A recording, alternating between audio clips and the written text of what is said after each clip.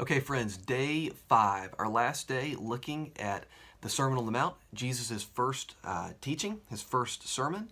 And we're going to wrap this deal up by looking at one of Jesus' most iconic teachings. Just one simple line that you might not have even known it came from Jesus, okay? It's just worked its way into our public consciousness. We're going to look at that, and that line in many ways sums up everything that he has said thus far, and really the teachings that he's even inherited, what we call the Old Testament, what he would have just called his scriptures. It sums that up. And then, right on the heels of that, we're going to look at a warning that he gives. That's simultaneously a warning and also a word of encouragement, and it kind of serves as a hinge. He talks about everything that we've talked about so far is summed up by this, and then it lays the groundwork for what's coming next. So I want to look at those two things this morning. You'll notice that my setting's a little bit different this morning. Our boys are having a sleepover out in the living room, so I got relegated to their room this morning. Okay, so let's jump right into this deal. So we've looked at Matthew 5 and 6, and we spent 2 days each in those chapters.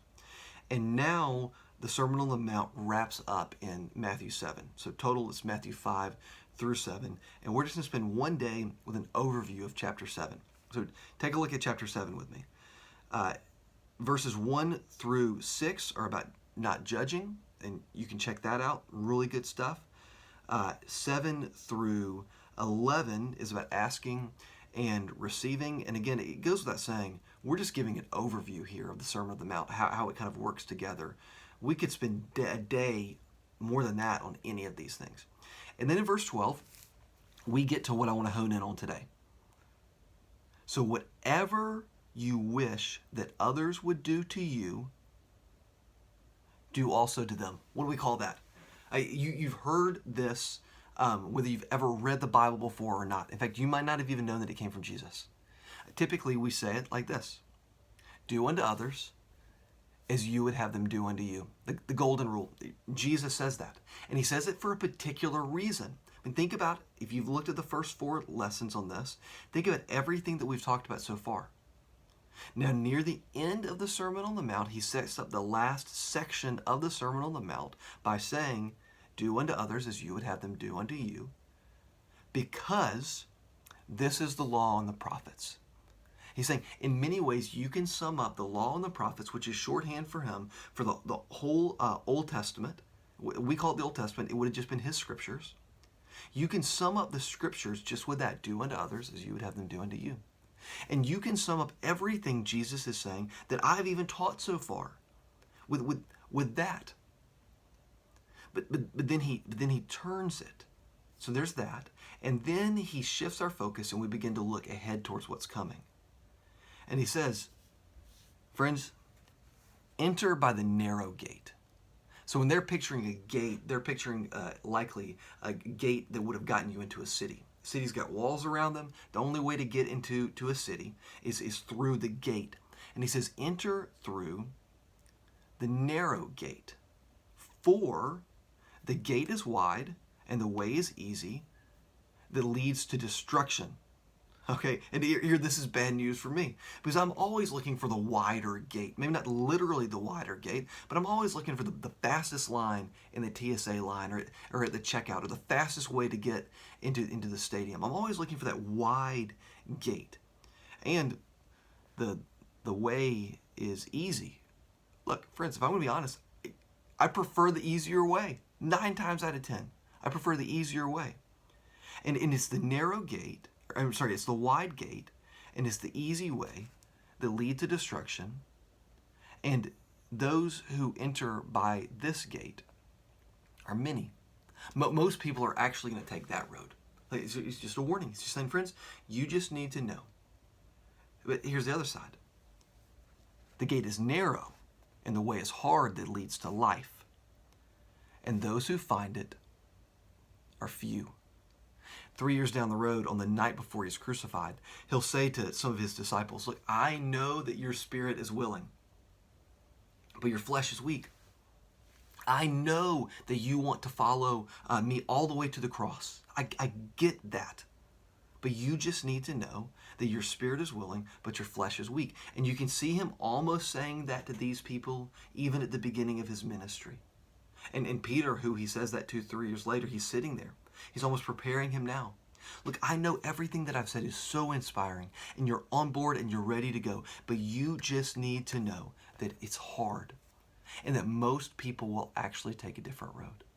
So he talks about the gate, and then he talks about the way, and then he talks about either life or destruction. So those three things. And then again, Jesus is so brilliant. He then, this sets up the last little bit of the Sermon on the Mount. He then talks, without using that language, about each of those things. Okay, so let's talk about the gate. Beware of false prophets. This is the next line.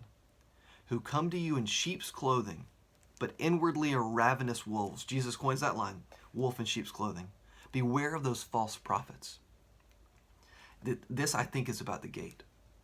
I think it's about the gate because I can see this even today. There's a lot of stuff out there, friends, that I think is false teaching, false prophets. And this gives you some pointers on how to figure out Jesus does. Read on through there about how to identify that. But for me, what it comes down to is the books that we're reading, the teachings that we're hearing, even if there's a Jesus glaze over them, if what they ultimately teach us and what they ultimately point to is, if what they ultimately teach us is that we have what it takes to get our life together and to be able to do this life on our own, if it ultimately teaches us that we're the hero of our lives, then I don't think it's pointing us in the right direction. If you finish the teaching or you finish the book and it leaves you feeling like you're the hero of your life, then I think that it's pointing you in the wrong direction. But you can see how that's a wider gate. You can see how that's more appealing. I mean, it's tempting for those of us who teach the Bible to want to tickle people's ears and tell people just what they want to hear. It's tempting to preach that wider gate that ultimately says, you do you, and I just want you to feel better about you. But Jesus says it's actually the narrow gate that gets you into the city of life. And what's the narrow gate? Well, if you fast forward ahead to John 10, he says that he's the gate, that you enter through him.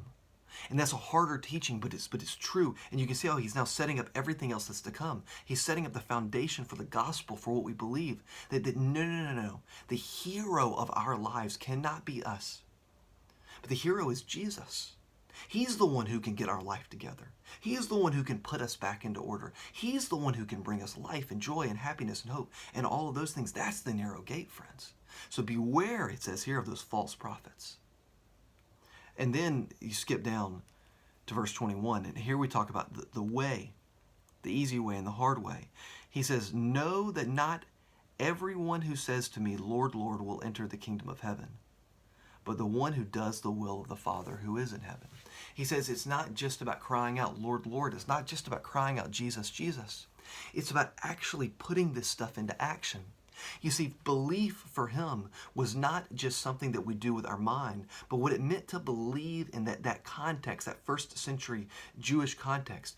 To believe in something means to build your whole life around it. And if you build your life around Jesus, you don't just believe that he exists, but you believe in him in the sense that you trust him and you put your hope in him. And that you live out his teachings, you live out the way of the Father. You recognize that, yes, you're beloved, like we talked about the first day, but so is everybody else, and you treat them that way.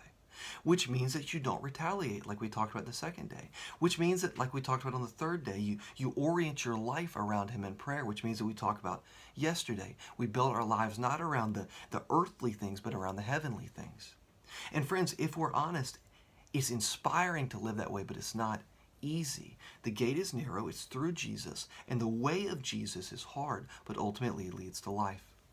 Which gets us to the epic conclusion of the Sermon on the Mount.